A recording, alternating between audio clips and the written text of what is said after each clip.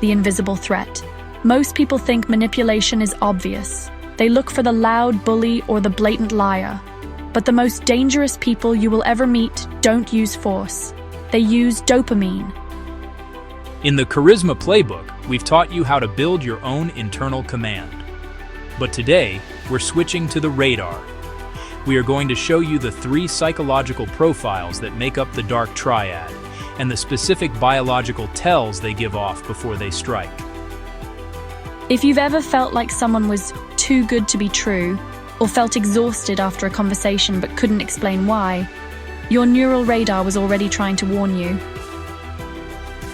By the end of this video, you won't just see people's words, you will see their architecture.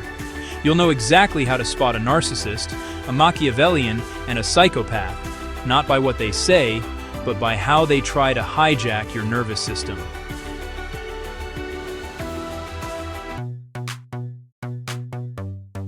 Let's talk about the narcissist and the dopamine hook.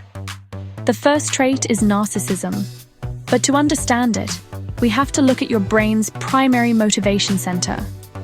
In 2025, the covert narcissist has mastered a technique that is essentially social hacking.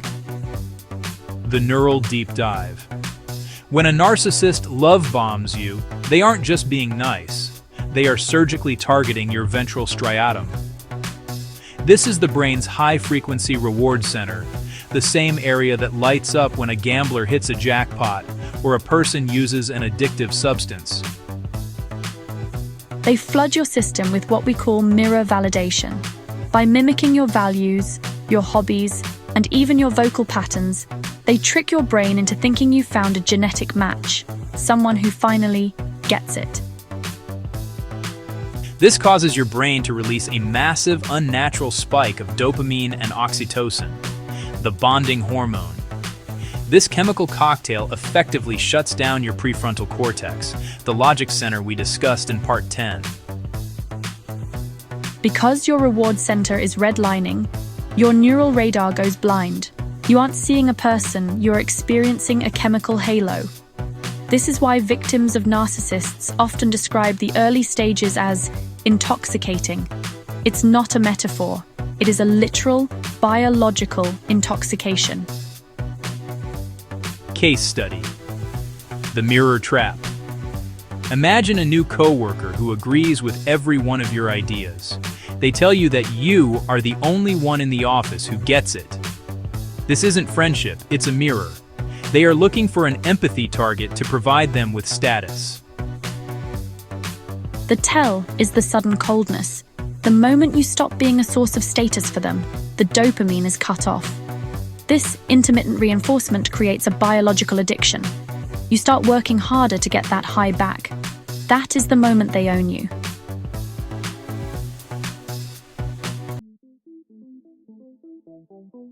While the narcissist is hungry for your admiration, the Machiavellian is hungry for your data. They aren't looking for a fan. They are looking for leverage. To them, every social interaction is a high-stakes game of chess where you are a pawn, and they are the grandmaster. The neural deep dive. Unlike most people who process social cues through the emotional centers of the brain, Machiavellians operate primarily from the dorsolateral prefrontal cortex. This is the headquarters for cold cognition, the area responsible for executive function, goal-oriented planning, and the suppression of emotional impulses. In a typical brain, the dorsolateral prefrontal cortex works in tandem with the amygdala to balance logic with empathy. In a Machiavellian, that connection is often muted. They don't feel the guilt of a lie because their brain is too busy calculating the efficiency of that lie. They aren't reacting emotionally, they are reacting architecturally. This creates what psychologists call a cognitive empathy surplus. They can perfectly understand what you are feeling and why you are feeling it, but they lack affective empathy. They don't feel it with you.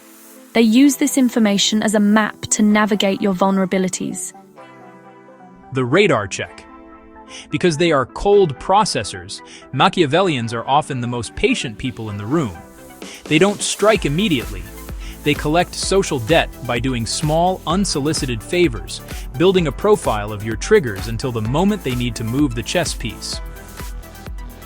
Case study: the vulnerability trade. A Machiavellian will often tell you a secret early on, something vulnerable but calculated.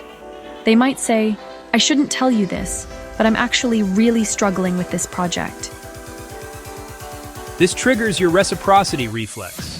Your brain feels a biological debt to share a secret back. But while their secret was fake, yours is real. They've just bought your leverage at a discount.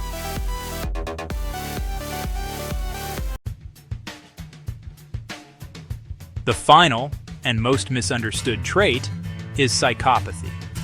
In a world of social performers, the psychopath is the only one operating without a biological safety net. The neural deep dive. To understand the psychopath, we have to look at the uncinate fasciculus. This is the primary white matter highway that connects the amygdala, your brain's emotional alarm, to the ventromedial prefrontal cortex, which is responsible for sentiments like empathy, guilt, and social decision-making. In a typical brain, when you see someone in pain, your amygdala fires an alarm, and the ventromedial prefrontal cortex interprets that as, "I should help, this feels wrong." But in the psychopathic brain, research shows that the structural integrity of this highway is reduced. The wires are thin.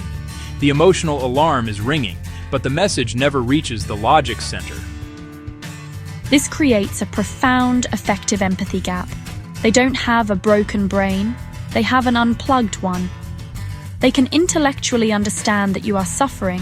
They might even be able to describe your pain better than you can, but they feel no physical or emotional resonance with it. To them, your tears are just data points. Case study: the reactive abuse trap. Because they lack this emotional resonance, they use your emotions as a tool for control. A psychopath will deliberately poke at a deep insecurity, something they've been observing for months, while remaining completely calm. They're waiting for you to hit your breaking point. The moment you scream or cry, they lean back and say, "See? You're the one who's out of control. I'm just trying to talk." The radar check. This is where you look for the uncanny valley of emotion. Because they are mimicking emotions they don't actually feel, there is often a micro delay. Look at the eyes. Genuine joy or sadness involves the involuntary muscles around the eyes, the orbicularis oculi. A psychopath's smile is often just a mouth movement. The eyes remain cold, calculating, and predatory.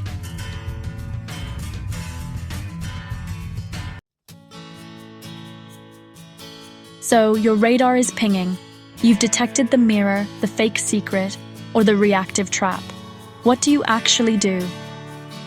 The first step is vocal decoupling.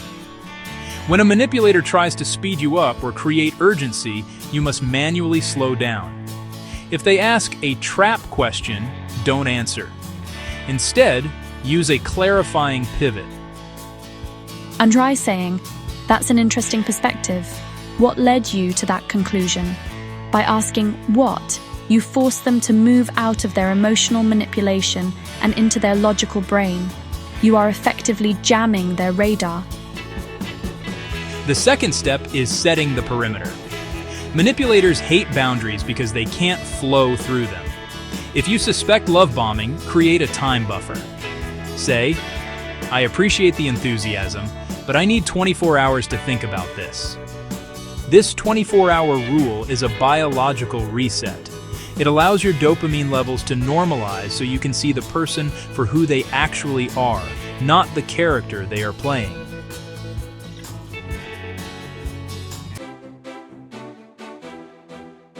Spotting the Dark Triad isn't about being paranoid.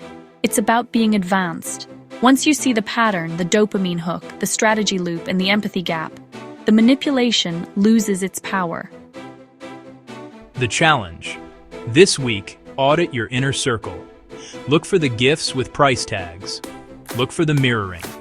If your radar pings, don't confront them. Just observe.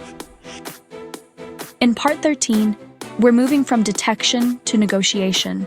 We're going to show you how to use these same biological triggers to get what you want, ethically and powerfully.